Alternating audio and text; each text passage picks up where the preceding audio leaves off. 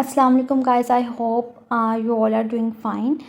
Welcome to the psychology lectures. My name is Asha Sadika and अगर आप इस चैनल पे न्यू हैं तो उसको लाइक करें, सब्सक्राइब करें और कमेंट, आपके कमेंट्स से ही मुझे इतना सपोर्ट मिलता है कि मैं दोबारा शुरू हो जाती हूँ वीडियोस बनाना, वरना यकीन माने मैंने बहुत बार स्किप किया वीडियोस बनाना। ओके, अब हम आते हैं अपनी इमरजेंस ऑफ साइंटिफिक साइकेट्री। लेकिन उससे पहले मैं एक ब्रीफ सा रिव्यू देती हूँ कि इससे पहले हमने क्या रीड किया और ये नेक्स्ट लेक्चर कौन सी वीडियो का है। ओके गाइज, अब हम पीछे मैं थोड़ा बहुत रिवाइज़ करके बताती हूँ। इससे पहले अगर आप इस चैनल पर न्यू है तो प्लीज़ सब्सक्राइब करें, लाइक करें, शेयर करें, कमेंट करें। अच्छा, अब मैं आपको बताती हूँ। हम पढ़ रहे थे history and recent developments of psychology. तो हिस्ट्री के हिसाब से और अब तक क्या डेवलपमेंट्स हुई हैं, तो अभी तक हमने पढ़ा कि लेट 18th सेंचुरी तक हम पहुंच गए थे और वहाँ पे बड़ा फोर मेन एरियाज थे, जिसमें फाउंडेशन ऑफ क्लिनिकल साइकोलॉजी ने इम्प्रूव करना शुरू किया, अंडरस्टैंडिंग ऑफ मेंटल डिसऑर्डर्स, जिसमें हमने बात की कि किस तरह पेनल और एक और थे फ्रांसिस ने विलियम थे शायद, कि विलीस उनका लास्ट नेम है। उनने बहुत ज़्यादा मेहनत की और फिर उनने ये एक प्रूफ किया और एक एवोल्यूशन आया मॉरल ट्रीटमेंट के नेम से। मॉरल ट्रीटमेंट और बहुत सी जगहों पे मॉरल ट्रीटमेंट फिर इम्प्लीमेंट होने लगा बहुत से अजाइलम्स में, जहाँ पे साफ़ खाना, साफ़ सेल, अच्छा खाना, जंजीरें आउट कर दी, हर तरह का ब्रूटल बिहेवियर, इवन के स्टाफ या घर वाले भी उनके साथ कोई ब्रूटल बिहेवियर नहीं कर सकते। उनकी प्रेमिसेस में ये ऐसा हो गया। वर्क थेरेपी और दूसरे कंसिडरेट ट्रीटमेंट्स, माइल्ड सी एक्सरसाइजेस, ये सब कुछ ऐड किया गया। ठीक है, और उसके बाद फिर हमने scientific approach of measurement of individual differences की बात की कि किस तरह गैल्टन ने बहुत काम किया इस चीज़ के पीछे कि एक इंसान को दूसरे इंसान से मुख्तलिफ बनाने के लिए उसके करैक्टरिस्टिक्स होते हैं और उनको कैसे अलग अलग किया जा सकता है। उसकी अजम्पशंस थी कुछ गैल्टन की, जिसका मैंने आपसे कहा है कि इंशाल्लाह उस गैल्टन पे एक स्पेशल वीडियो हो जाएगी उसके अजम्पशंस को अच्छे से समझने के लिए। और फिर हमने बात की कि किस तरह फिर मज़ीद ये फील्ड आगे जाती रही और आज इतनी वास्ट साइकोमेट्रिक्स हमारे पास आया। और उसके बाद फिर हमने बात की साइंटिफिक साइकेट्री की, इमरजेंस की, जो कि हम अब पढ़ रहे हैं। ठीक है, अच्छा, तो फिर हम बात करते हैं emergence of scientific psychiatry. Scientific psychiatry मतलब कि साइंटिफिक अप्रोच और साइकेट्रिक अप्रोचेस को आपस में जोड़ा गया, और वो कैसे कि अब हमें एक साइंटिफिक अप्रोच की ज़रूरत थी जो कि हमें हेल्प करे ताकि हम साइकेट्रिक डिसऑर्डर्स को क्लासीफाई कर सकें कि ये डिप्रेशन है, ये एंजाइटी है, ये साइकोसिस है। तो उसके लिए हमें कोई साइंटिफिक अप्रोच चाहिए थी। तो इसी तरह 19th सेंचुरी में हमने इनिशियल आइडेंटिफिकेशन प्रोसेस शुरू कर लिया कि आइडेंटिफिकेशन प्रोसेस, नेमिंग और detail description of several major psychiatric condition के मेजर साइकेट्रिक कंडीशंस को हमने रिकॉग्नाइज करना शुरू कर दिया कि जी उसका क्या नाम है, उसकी क्या आइडेंटिफिकेशन है। अच्छा, उसकी डिटेल डिस्क्रिप्शंस के इस पेशेंट को ये होने के ख़तरात हैं, ये कंप्लेन फ़लाने पेशेंट ने भी की थी। इस तरह की एक डिटेल डिस्क्रिप्शन होती थी, इनिशियल आइडेंटिफिकेशन, नेमिंग होती थी, और चंद मेजर साइकेट्रिक कंडीशन ही थे तब सिर्फ हमारे पास। उसके बाद फिर जे लैंगडॉन डाउन थे जिनने डिस्क्राइब किया एक सिंड्रोम और उसको फिर नाम दिया गया डाउन सिंड्रोम, जिसमें मेंटल रिटार्डेशन भी थी, मतलब कि वो इंसान मेंटली थोड़ा बहुत स्लो था। ठीक है, तो उसको डाउन सिंड्रोम कहते हैं, जो कि जे लैंगडॉन डाउन ने कहा कि जेनेटिकली मतलब कि जेनेटिक कुछ ऐसे जेनेटिकल प्रॉब्लम होते हैं, उन जेनेटिकल प्रॉब्लम्स की वजह से ऐसे एक सिंड्रोम डेवलप हो जाता है और उस सिंड्रोम की ये फीचर्स होते हैं, और मज़ीद डाउन सिंड्रोम में बहुत काम हुआ। खैर, उसके बाद एक जनरल प्रेसिस है। जनरल प्रेसिस जो उनसे है ना, वो है डिमेंशिया। ठीक, अब वो dementia was identified as a syndrome caused by syphilis. ठीक है, सिफिलिस। अगर मैं गलत प्रोनाउंस कर रही हूँ तो please correct me in the comment box. अच्छा, सिफिलिस जो उनसे है, सिफिलिस एक ऐसी बीमारी है, neurogenic, I think so, neurogenic बीमारी है जो कि सेक्सुअल ट्रांसमिशन की वजह से होता है। और वहाँ पे तब यही एक कॉन्सेप्ट था कि डिमेंशिया जो उनसे वो उसकी ही एक स्टेज है, उसकी ही एक मतलब कि उसकी ही एक सिम्टम है, या उसकी ही वजह से है क्योंकि इस बंदे को वो है।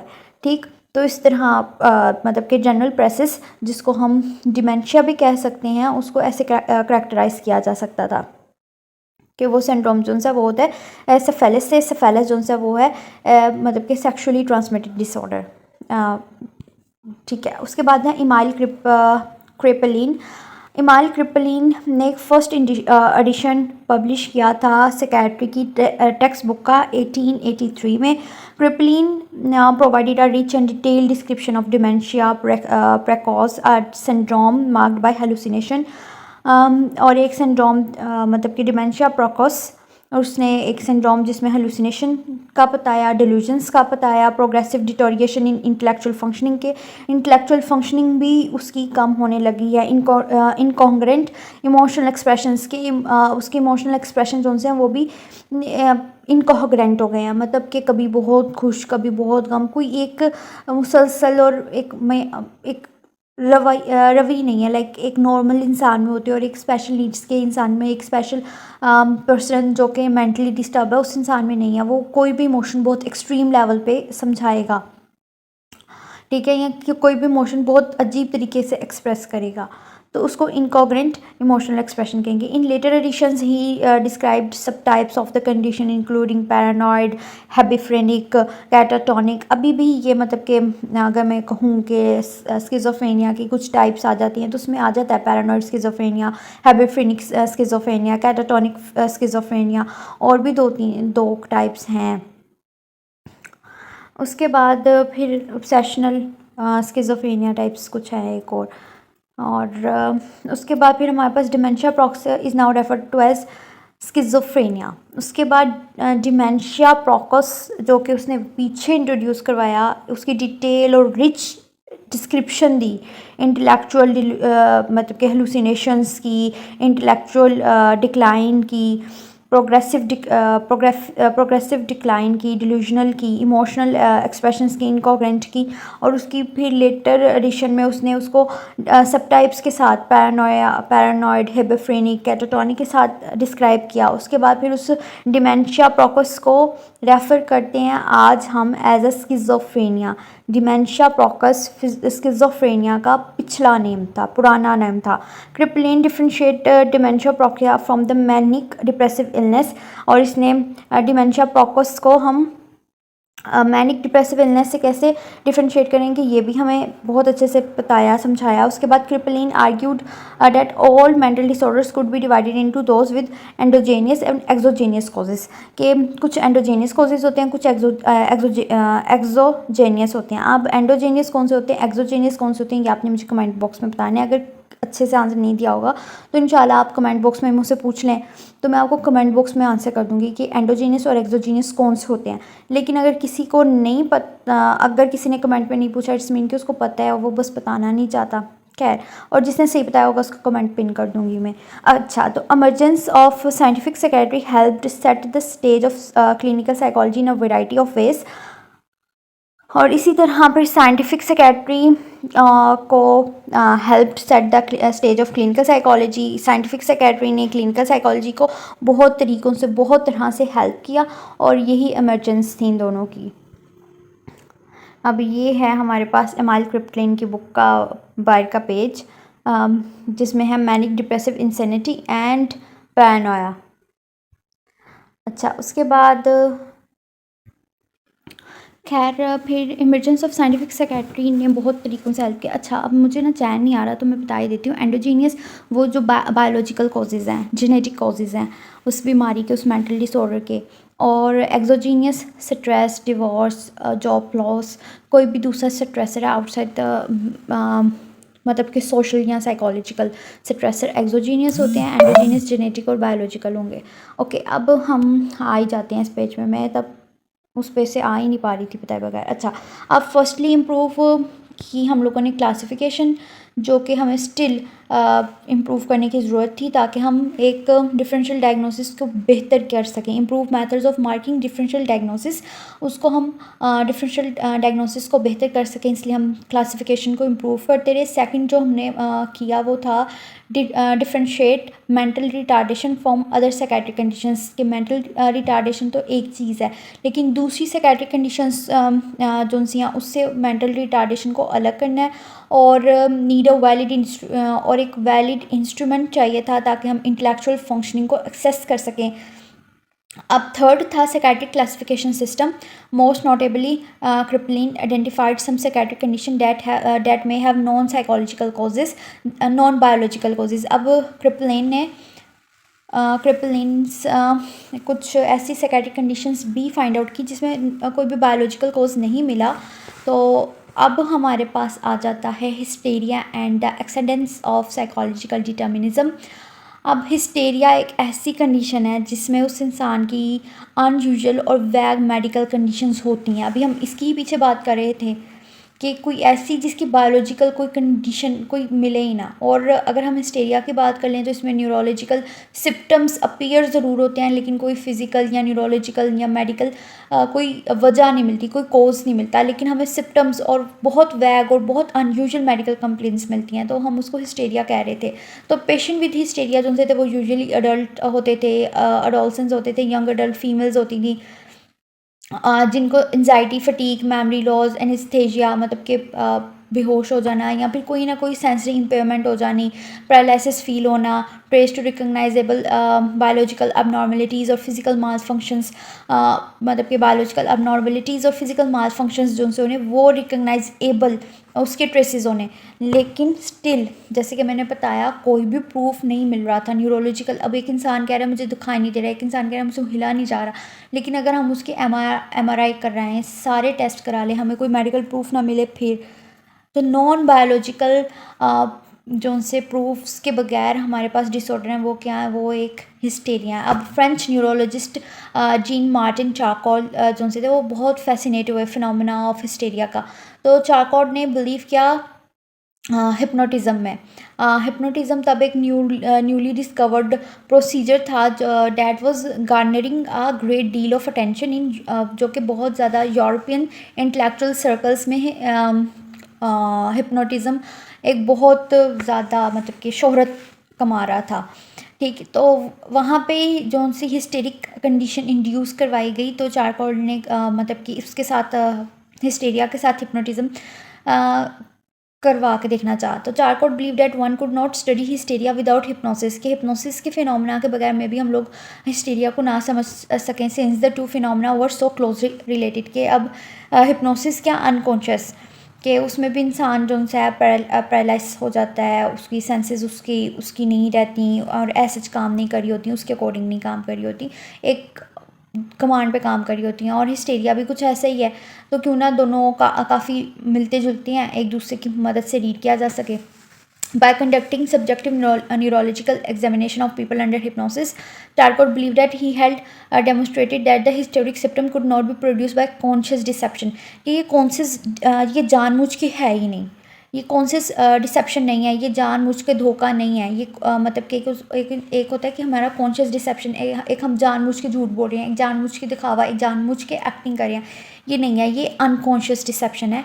ये अनकॉन्शियस माइंड से ही ऐसे मतलब कि इनकी सेंसरी लॉस हो रही है अनकॉन्शियस माइंड से। After carefully examining the histories of the historic patients, Janet discovered that many of them had experience significant emotional shock. फिर काफ़ी ज़्यादा हिस्ट्रीज जब हमने मतलब कि उन लोगों ने पढ़ी, चार्क और जैनेट ने काफ़ी हिस्ट्रीज जो सी थी अब पढ़ के, तो उसने डिस्कवर किया कि जितने भी हमारे पास हिस्टेरिक पेशेंट हैं उन लोगों ने कोई ना कोई सिग्निफिकेंट इमोशनल शॉक जो है अपने प्रीवियस लाइफ में एक्सपीरियंस किया है, जिसकी वजह से और उस इमोशनल शॉक के बाद ही हिस्टेरिक सिम्टम्स जो हैं उसका ऑनसेट स्टार्ट हुआ है। उसके बाद अगर हम देखें तो Freud was trained as a physician and develop the related discipline of psychoanalysis. Freud ने ऑल दो फिजिशियन था लेकिन फिर भी उसने साइकोएनालिसिस की एक रिलेटेड फील्ड डेवलप की थी खुद से, और उसका काफ़ी क्लिनिकल साइकोलॉजी में सिग्निफिकेंट इम्पैक्ट है क्लिनिकल साइकोलॉजी के फील्ड में।